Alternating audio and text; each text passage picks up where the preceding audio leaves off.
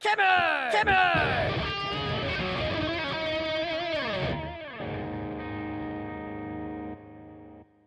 Good morning, Timothy. How the hell are you?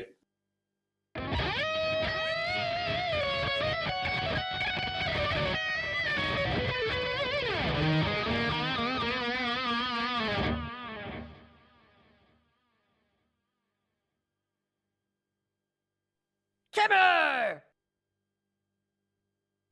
Timber! Timber!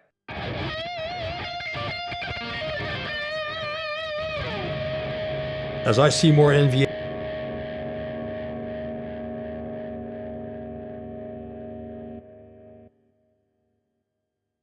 What we think happened was that there was a planet that smashed into something and it broke open and its core was violently ejected. And then it traveled for 1 billion years into interstellar space, and then it ended up hitting the Earth. A Netflix crew came down, and they actually shot a documentary while we were down there, and they're still working on it. But I think it's the first extrasolar thing ever recovered.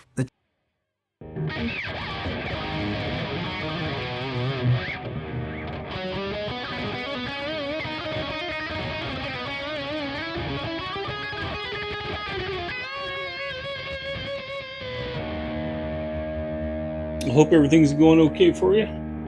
Happy Friday. I'm just chilling with some coffee and some YouTube and just screwing around on the guitar. The challenge is, why is it not disclosed at this point if they do exist? They could have killed bin Laden with a JDAM and just taken DNA samples. Instead, they had a daring raid. What do you think of all this alien stuff in the news? These anti-gravity propulsion systems, looking for solar. All the alien stuff. Yeah, let's talk about the alien stuff. Oh God, people love aliens. All right, so I watched Avi Loeb on Joe Rogan. He was talking about Muamua, which is like this cigar-shaped alien vessel thingamabob that doesn't seem to be from our solar system, and it doesn't seem to be natural. And I was like, wow, this Avi guy is really cool. And he had something called the Galileo program. And so I reached out to Avi and I said, hey, I'm a big fan, and I heard that you guys are doing some interesting stuff. Is there anything I can help you with? And Avi's like, well, we've been tracking this one heavenly body, this meteorite that hit Earth in 2014. And we think it's from a different solar system because we did all the mathematical calculations and we figured out where it landed, roughly speaking. And we think there might be a chance that it's not natural. I was like, oh, that's interesting. I said, where is it? They said, well, we got some data from the Air Force, but they won't give us the right resolution, but we have enough resolution that we think it's like, roughly speaking, 50 miles off the coast of Papua New Guinea. I'm like, okay, so what do you want to do? And he's like, well, we want to set up a sea salvage operation and go and find it. It's like, you want to be part of it? I'm like, do I? Fucking sea salvage operation off the coast of Papua New Guinea. This is going to be interesting. All right. So it was like a heist movie. We had assembled this team of people, and we had this weirdo Air Force guy that went with us, and then we had this old sea captain who was 87 years old named Art Wright, who is the Navy's Find It guy. He found Russian nuclear subs and all these other things, and he fought in Vietnam as a captain in Laos and all these other things. So he's just seen some horrible shit his entire life. It's crusty as hell. And then we had this guy from New Zealand, whose name will come to me in a second. He was like a famous submarine diver, and he was good friends with James Cameron, and he got into the Titanic a dozen times and all these things. So it was a really eclectic crew of people. And I put in the money, and a Netflix crew came down, and they actually shot a documentary while we were down there, and they're still working on it. So we also had a documentary crew that was led by a really unique director, who's special. And obviously Avi himself and all the Harvard scientists. And we got on this ship called the Silver Star. So we planned out the whole expedition. We flew out on my jet to Manus Island, and then we took off. And what we had to do is we designed this sled with magnets on it, and basically we had it fall behind the ship and sink all the way to the seafloor, 6,000 feet down, and then we dragged it. It's kind of like Spaceballs when they're combing the desert. You know, they're out there, so you just drag this sled behind the ship for 8 hours. Then you bring the sled up in a very dramatic way, and then you take the sled off, and then we had to clean the magnets off to see if we could find fragments from the meteorite that was there. And we did this for 2 weeks, and it almost became like a horror movie because we were like tightly confined on the ship, and because of the schedule, we had a polyphasic sleep schedule. We were running 24 hours a day to save money. Nobody was sleeping properly, and it was very high stress, and things kept breaking and things kept going wrong. And like the experienced sailors like Art, he would be super stoic guy. Like every morning, go down at 5 a.m. talk, "Morning, Captain, morning." And I was like, "I heard you were a rowing champion, and you know, at 87, like how do you do that?" And they all died. I mean, it's like he's a man of few words, Art. But then, you know, Avi, he decided to stop sleeping in his cabin and sleeping instead in the common areas. And then, oh God, we nearly killed him because he kept turning off the air conditioner. It was like 120 degrees with the humidity because we're right on the equator and it's the middle of fucking summer. And for some reason, I don't know why, in the common area, which is the only place we can hang out on the ship, anytime he was working his laptop, he would turn off the AC. And it would get just unbearably hot inside the area. So we go and turn it back on, then he would turn it off, and turn it back on, then he would turn it off. And like the first few days, we're all fun. After about 2 weeks on a ship, not sleeping properly, you know, that motion and everything, we're like, do you think the world would miss Avi Loeb if he fell off the ship, you know? But anyway, he was a good man. And what we ended up finding, because after we processed all the samples, we sent them over to Harvard and they analyzed them, that we found these spherules that are from a different solar system. So after analyzing them, they have about 5,000 times the concentration of beryllium, lanthanum, and uranium. And so what we think happened was that there was a planet that smashed into something and it broke open and its core was violently ejected. And then it traveled for 1 billion years into interstellar space, and then it ended up hitting the Earth. Wow. Which is, the chance of that is like so infinitesimally small.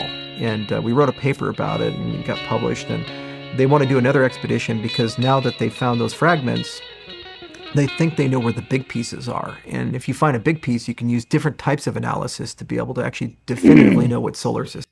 From what I can tell, that already is a real song. But yeah, I would like to produce it and add drums and bass and just make a full production out of it, if that's okay with you. Because it's good. I mean,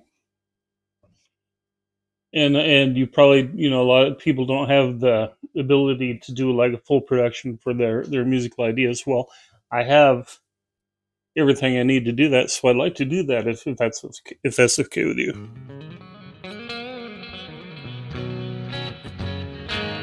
I'll try to keep it as true to the original form as I can. System that it actually came from.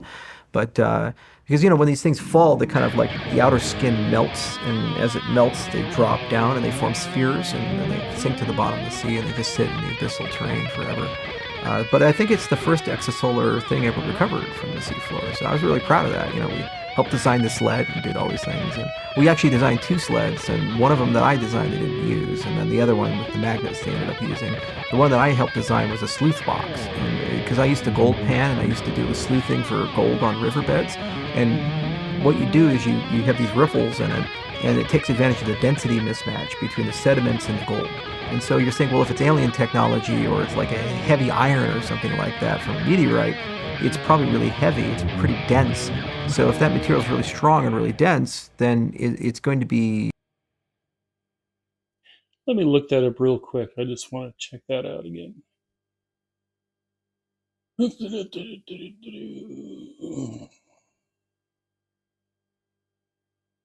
I gotta find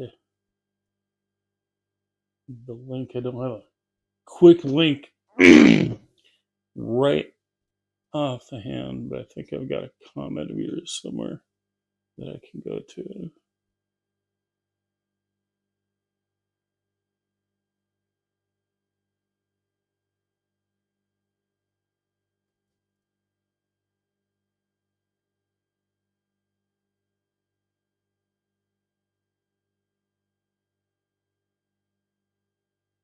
Oh, that's not it. Oh, there's Timmy. Timmy! Oh, I also got one for Steve. Steve! Have to get ready for the next stream, you know. Where is the thing you posted? Cannot find it. Save my life.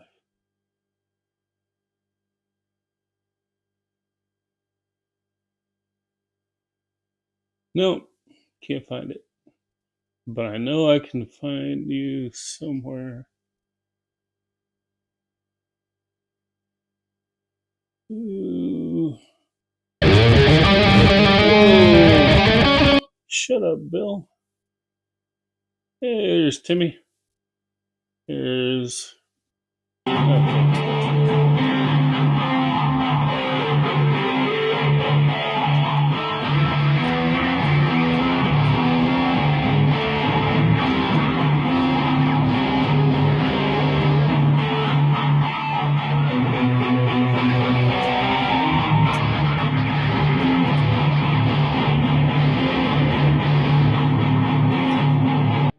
Okay, are you using the drop D on that?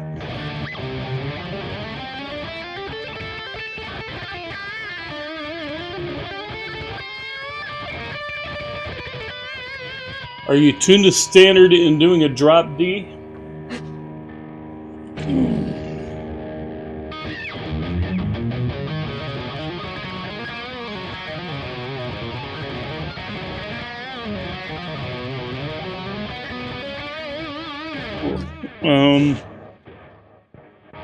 I don't have a guitar set up for that at the moment, but I can fix that.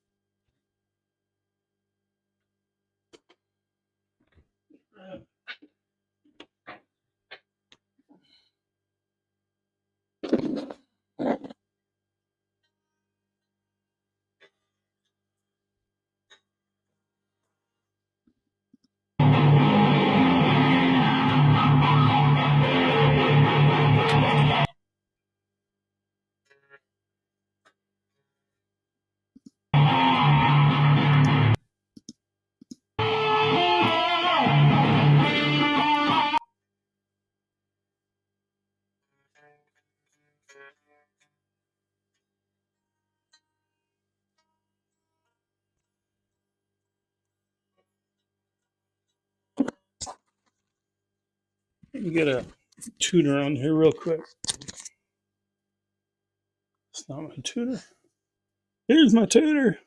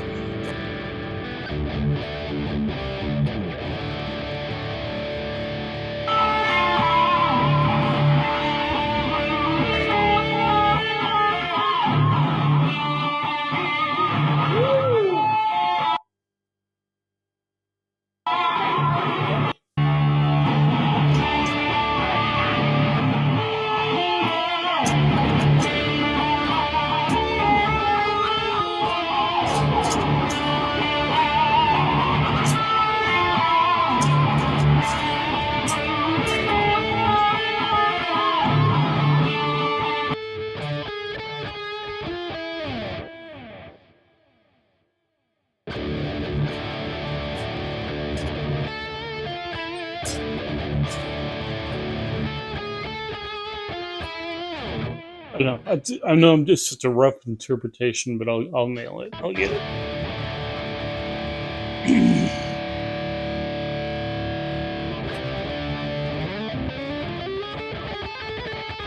Oh, he was just. It was one of those candid camera moments, was it?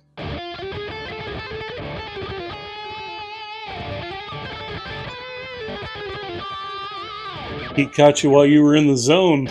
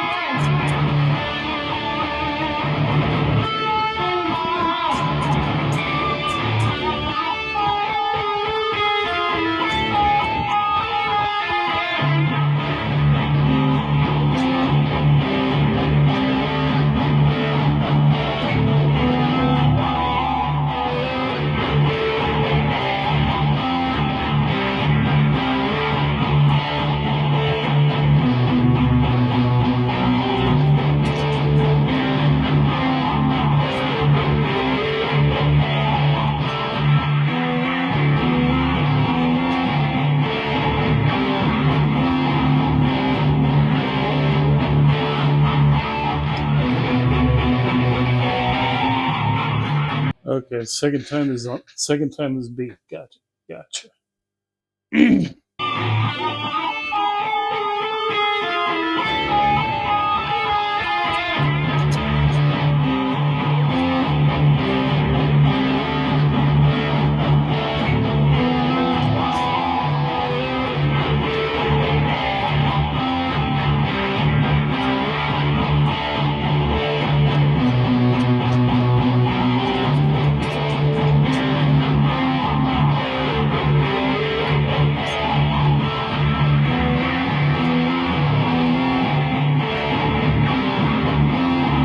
I'll get it.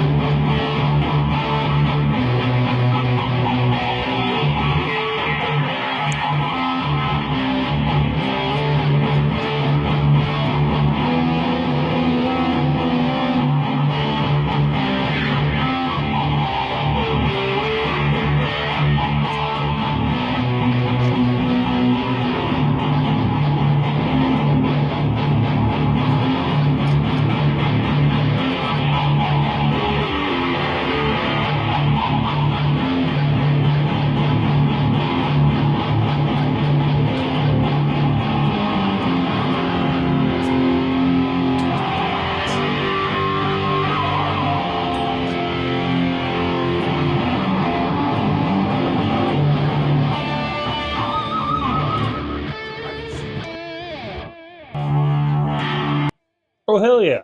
Not a problem. That will not be a problem at all. Yeah. Yeah, it's shit. Well, it's like me. When I'm just riffing out and I listen back to my stuff, there is no rhythm to it whatsoever. I am white as can be. I got no natural rhythm. So drum machines, metronomes, a click track, anything just really tightens that stuff up. But I can even add on to that. What is it? That's about, oh, wait a minute, no, it's about 3.5 minutes. That's perfect. That's the perfect length. Okay, it just went by really quick. I'm going to have to go check on the woman in about 10 minutes. She wanted me to make sure that she was up for an appointment. But I'm going to get back to this. In fact, I want to make sure I have it. And what I do is I use an application called 4K Video Downloader that I use to get all my cover videos. So I've just downloaded that to my movies folder, so I can load that into my Logic software, and I can make that nice for you. And I'm not going to sing on it.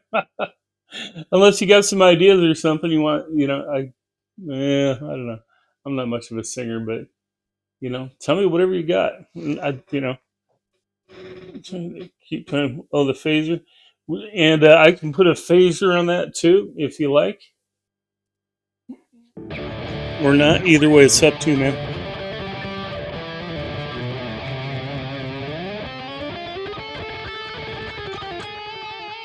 Oh, I love doing stuff like this. I'm going to try and squeeze out a few more covers today. I've been shooting for trying to get 5 or 6 a day. So I usually have to, just like that, I have to download the video, load it into my Logic, extract the audio, set up the camera, press record on the Logic and the camera, and then I have to do about a dozen takes or so until I get it right without making mistakes. At least not too many mistakes. So hopefully I'll get about 4 to 6 of those done today. Just gotta find some songs that I really want to do that I already know pretty well.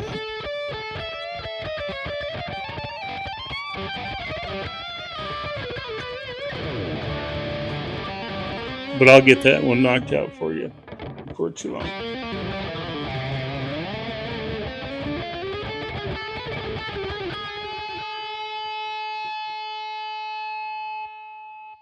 Nice. Those little Mustangs those are great amps.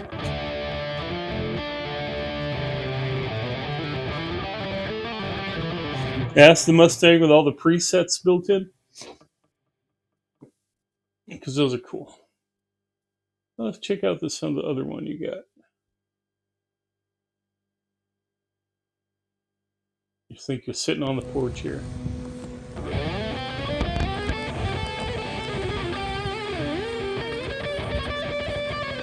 See, you got a purple guitar like I do. You got the jacks.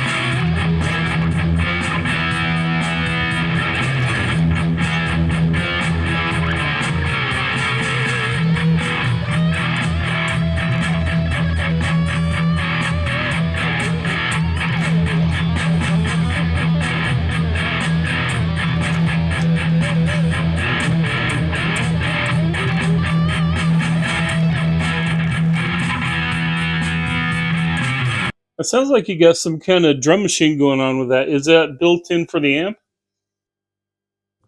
Because I think the Fender Mustang comes with like a drum machine of some kind, or some preset drum rhythms. I'm not sure. Or do you have something else going on?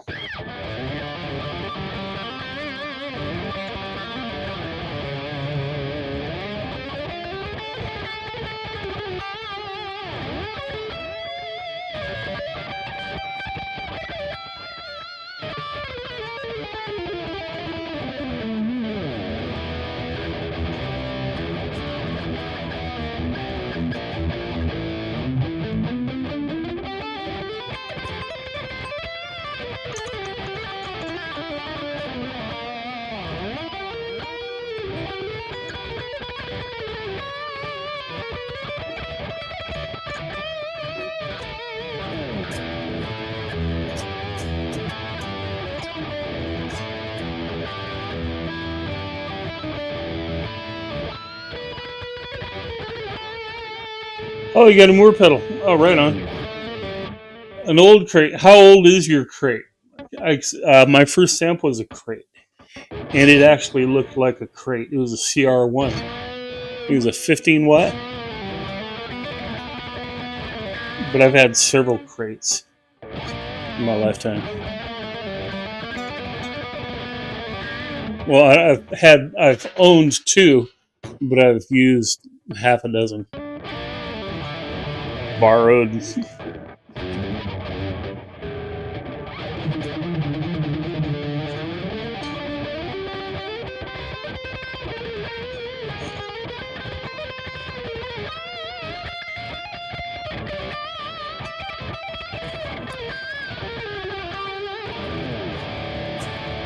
All right, man. I'm gonna have to check out for a little bit.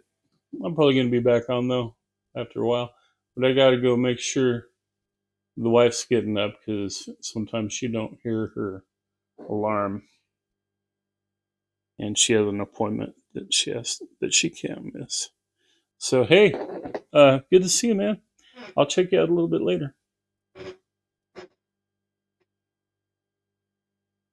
Oh, GX 12.5C, nice. 212s.